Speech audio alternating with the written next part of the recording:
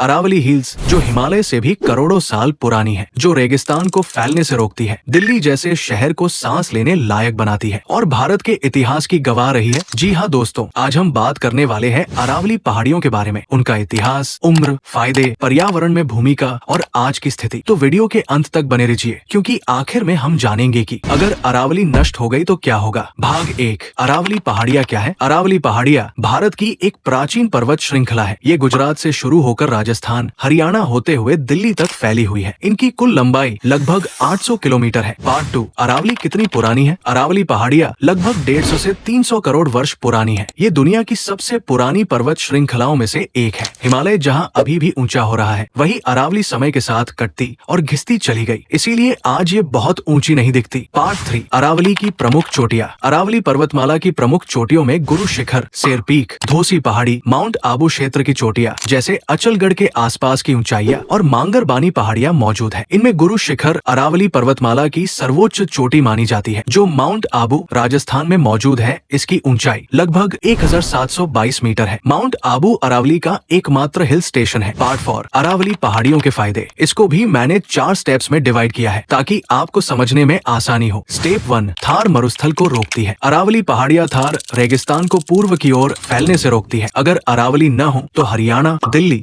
और पश्चिमी यूपी तक रेगिस्तान फैल सकता है। स्टेप 2, मानसून पर प्रभाव और जल संरक्षण। अरावली मानसून की हवाओं को दिशा देती है और इससे राजस्थान और आसपास के क्षेत्रों में बारिश हो पाती है। अरावली पहाड़ियों की चट्टानें भूजल को संचित करने में मदद करती है। कई नदियाँ और झीलें इन्हीं पर निर्भर है। स्टेप 3, पर्यावरण और ऑक्सीजन। अरावली जंगल प्रदूषण कम करते हैं और ऑक्सीजन भी देते हैं। अरावली जंगल तापमान संतुलित रखते हैं। दिल्ली रिज अरावली का ही हिस्सा है, जो दिल्ली के लिए ग्रीन लंग तरह काम करता है। स्टेप 4, जैव विविधता। अरावली में कई प्रजाति के एनिमल पाए जाते हैं, जैसे कि तेंदुआ, नीलगाय, लोमड़ी और सैकड़ों पक्षी की प्रजातियां। इसी कई सारी प्रजाति यहाँ अपना जीवन गुजारते हैं और यहाँ कई सारे औषधीय पौधे भी पाए जाते हैं। पार्ट 5, आज अरावली खतरे में क्यों है। अवैध खनन। अरावली में पत्थर, संगमरमर और अन्य खनिजों का बड़े पैमाने पर अवैध खनन हो रहा है, जिससे पहाड़ कमजोर और नष्ट हो रहे हैं। अवैध खनन और विनाश के कारण ये पवित्र धरोहर संकट में है। लगातार जंगलों की कटाई और पेड़ों की अंधाधुंध कटाई की वजह से जैव विविधता घट रही है और मिट्टी का कटाव बढ़ रहा है। और भी कारण है, जैसे कि शहरीकरण का बढ़ना, फैक्ट्रियां और सड़क निर्माण। कई जगह अरावली को पूरी तरह